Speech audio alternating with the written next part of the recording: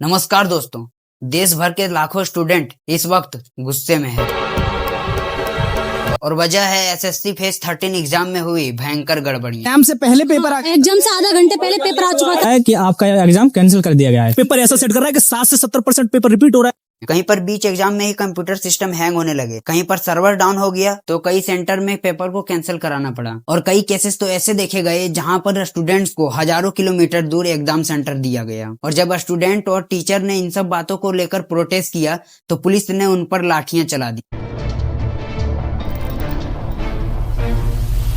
SSC phase 13 का exam जिसके जरिए कई सरकारी मिनिस्ट्री डिपार्टमेंट में ग्रुप बी ग्रुप सी की पोस्ट भरी जाती है। इस साल ये एग्जाम 24 जुलाई से लेकर 1 अगस्त के बीच हुआ था। सरकारी नौकरी का सपना देखने वाले लाखों स्टूडेंट ने इसका फॉर्म भरा, मेहनत से तैयारी की, लेकिन जैसे ही एग्जाम शुरू हुआ सब गड़बड़ हो गया। आमतौर पर एसएससी एग्जाम का एडमिट कार्ड 4 दिन पहले जारी होते, लेकिन इस बार 2 दिन पहले भी एडमिट कार्ड जारी नहीं हुआ था। कई सारे स्टूडेंट का एडमिट कार्ड एकदम ब्लैंक आया। 24 जुलाई को जब एग्जाम शुरू हुआ तो पहले दिन की पहली शिफ्ट से ही एग्जाम सेंटर पर कई गड़बड़ियों के रिपोर्ट्स आने लगे। कई सेंटर्स पर बायोमेट्रिक सिस्टम काम नहीं कर रहे थे, जिसके कारण कई स्टूडेंट एग्जाम दे नहीं पाए या फिर देने में लेट हो गए।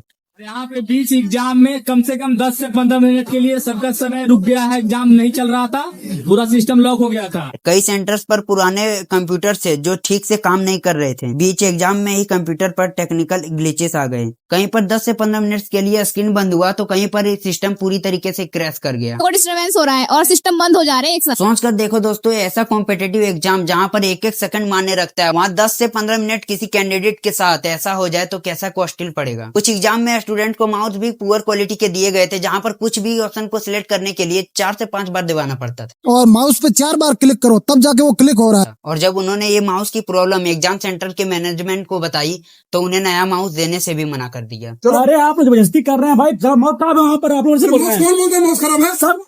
भाई 3 बार 4 बार बोल रहे हैं हम लोग कि चेंज करिए माउस, भी चेंज नहीं कर रहे हैं ये लोग। स्टूडेंट का कहना है कि कुछ जगहों पर एग्जाम्स के बीच में ही लाइट चली गई या सर्वर क्रैश हो गया और कोई बैकअप भी नहीं था। पेपर अच्छी तरीके से लोड भी नहीं हुआ, खासकर इमेज बेस्ड क्वेश्चन। एग्जाम में मैथ्स के सवालों को सॉल्व करने के लिए एक पेन और पेपर दिया जाता है और एक स्टूडेंट के मुताबिक उन्हें खराब पेन भी दिए गए थे, जिससे कुछ लिखना भी मुश्किल हो रहा था। ये पेन है, मतलब इससे मोटी जो बर्थडे की कैंडल होती है ना, वो हैवी आया। इन सभी इश्यूज के कारण कई सेंटर पर एग्जाम को कैंसिल करा दिया गया। कर्नाटका के यूडी काशी इंटरनेशनल सेंटर पर सुबह 9:30 बजे होने वाला एग्जाम टेक्निकल इश्यूज के कारण कैंसिल हो गया। इसी तरह दिल्ली के पवन गंगा एजुकेशनल सेंटर पर भी 24 जुलाई से 26 जुलाई के बीच होने वाला एग्जाम एडमिनिस्ट्रेटिव रीजन के कारण कैंसिल करा दिया गया। इसके अलावा एग्जाम सेंटर के फिजिकल कंडीशन को लेकर स्टूडेंट्स ने कई सारी दिक्कतें बताई। कुछ जगहों में कई कमरों में फैन नहीं था, कुर्सियां टूटी हुई थी, रूम्स बहुत छोटे थे और सेंटर्स पर पानी और वॉशरूम जैसे फैसिलिटीज भी मौजूद नहीं थी। कुछ एग्जाम सेंटर्स की इमेज आप स्क्रीन पर देख सकते हैं। कई सेंटर्स तो बहुत सुनसान और रिमोट जैसे इलाकों में थे जो स्टूडेंट्स के लिए सेफ नहीं थे। ये जो दिख रहा है आपको, ये जंगल लग रहा होगा पर जंगल नहीं है। सच्चाई तो ये है,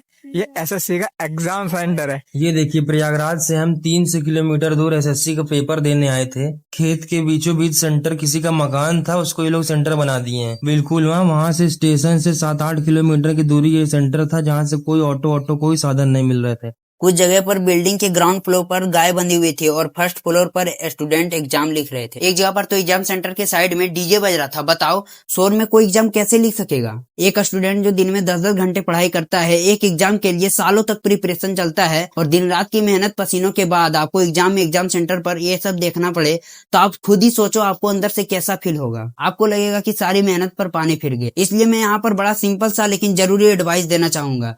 लाइफ में हमेशा प्लान बी या प्लान सी जरूर होना चाहिए। किसी एक एग्जाम के भरोसे अपने पूरे फ्यूचर को दाव पर मत लगाओ। आपके पास कम से कम एक बैकअप प्लान तो जरूर होना चाहिए। स्टूडेंट के मुताबिक एग्जाम सेंटर का स्टाफ भी एक अनप्रोफेशनल था। इन्विजिलेटर एग्जाम कंडक्ट कराने की जगह फोन चला रहे थे, रील्स देख रहे थे। तो आप इन्विजिलेटर को बहुत खराब बिहेवियर था। उन्हें ये भी नहीं पता था कि एग्जाम स्टार्ट होने के बाद नहीं बातें करें आपस में। वो आपस में बातें कर रहे हैं एग्जाम के टाइम पे भी। कुछ सेंटर पर तो इन्विजिलेटर्स मौजूद ही नहीं थे और सबसे शॉकिंग बात तो कुछ एग्जाम सेंटर पर बाउंसर्स मौजूद थे कि स्टूडेंट से कुछ भी सवाल उठाए अपने परेशानियों को लेकर तो उसे शांत किया जाए। कई जगहों पर स्टूडेंट ने इस मिस मैनेजमेंट के खिलाफ आवाज उठाई तो उन पर मारपीट किया गया। देखिए, सेंटर्स पे बाउंसर बुलाकर के बच्चे का सिर फोड़ा गया अगर उसने किसी बात का कुछ विरोध किया गया। आज के एग्जाम में यहाँ पर हमारे एक साथी को बहुत ज्यादा मारा गया।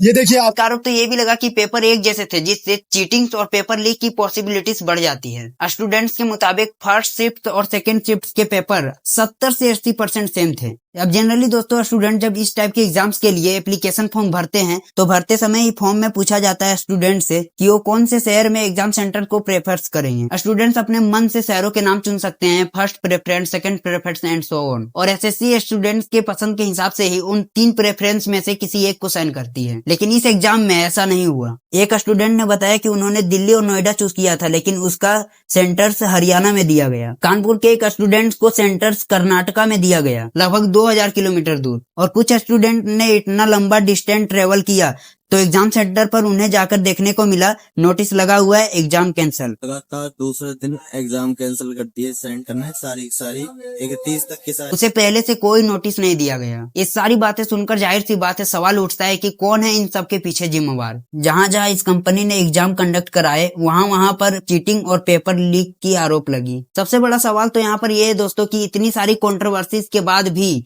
सरकार यहाँ पर इसी कंपनी को बार बार कॉन्ट्रैक्ट क्यों दिए जा रही है? क्या यहाँ पर कोई पॉलिटिकल लिंक है? क्या यहाँ पर भी चंदे धंधे का मॉडल देखने को मिल रहा है? कारण जो भी हो, रिजल्ट तो यही निकला है कि करोड़ों स्टूडेंट्स की फ्यूचर अब दाव पर लगा दिया गया है। जब एडिक्वालिटी को एसएससी का कॉन्ट्रैक्ट मिला था, रेडिट जैसे सोशल मीडिया प्लेटफॉर्म पर लोगों ने पहले से ही वार्निंग दी थी कि अब कैओस आने वाला है। स्टूडेंट्स एग्जाम होने से पहले ही जानते थे कि इस कंपनी को अगर कॉन्ट्रैक्ट मिल रहा है तो इस एग्जाम में ढेर सारी दिक्कतें होने वाली है। और एग्जैक्टली यही चीज हुई। कई बड़े टीचर्स भी स्टूडेंट्स के सपोर्ट में आए हैं। इन टीचर्स का कहना है कि एसएससी डायरेक्टर ने खुद माना है कि उन्हें 55,000 से भी ज्यादा कंप्लेंट्स देखने को मिला है। सवाल यहाँ पे ये उठाया गया है कि 3 लाख स्टूडेंट्स में ही 55,000 कंप्लेंट्स आए हैं, तो एसएससी 13 अगस्त को होने वाला सीजीएल एग्जाम कैसे कराएंगी जहां पर 30 लाख से भी ज्यादा स्टूडेंट शामिल होंगे और उस एग्जाम का कॉन्ट्रैक्ट भी इसी कंपनी को दिया गया है। शर्म की बात तो यह है दोस्तों कि ये सरकार स्टूडेंट्स और टीचर की सुनने की बजाय उन्हीं पर ही अत्याचार कर रहे हैं। टीचर्स ने आवाज उठाई तो कई टीचर्स के ट्विटर अकाउंट्स को ही सस्पेंड कर दिया गया। स्टूडेंट्स इस प्रोटेस्ट को डिजिटल से रियल वर्ल्ड में लेकर आए। दिल्ली चलो की कॉल लगाई गई और 31 जुलाई को हजारों स्टूडेंट दिल्ली में जमा होने लगे। इसकी डिमांड बड़ी सिंपल थी, इस कंपनी एडिक्वालिटी से कॉन्ट्रैक्ट वापस लेकर पीसीएस को दे दिया जाए और जब तक ऐसा ना हो एसएससी सीजीएल का एग्जाम पोस्टपोन कर दिया जाए। इसके अलावा कुछ स्टूडेंट का यहाँ कहना है एसएससी को अपना खुद का सॉफ्टवेयर डेवलप करना चाहिए, वेंडर सिलेक्शन प्रोसेस की ट्रांसपेरेंट इन्वेस्टिगेशन होनी चाहिए और अफेक्टेड स्टूडेंट्स के लिए सरकार के खर्चे पर री एग्जामिनेशन की व्यवस्था होनी चाहिए। कई फेमस टीचर्स और प्रोटेस्टिंग स्टूडेंट्स को डिटेन करके बस में डाल दिया जाता है और प्रोटेस्टर को घंटों तक बस में घुमाया जाता है क्योंकि पुलिस ये नहीं तय कर पा रही थी कि इसको ले कहाँ जाना है। प्रोटेस्टर्स ने आरोप लगाया कि उन पर लाठीचार्ज भी किया गया।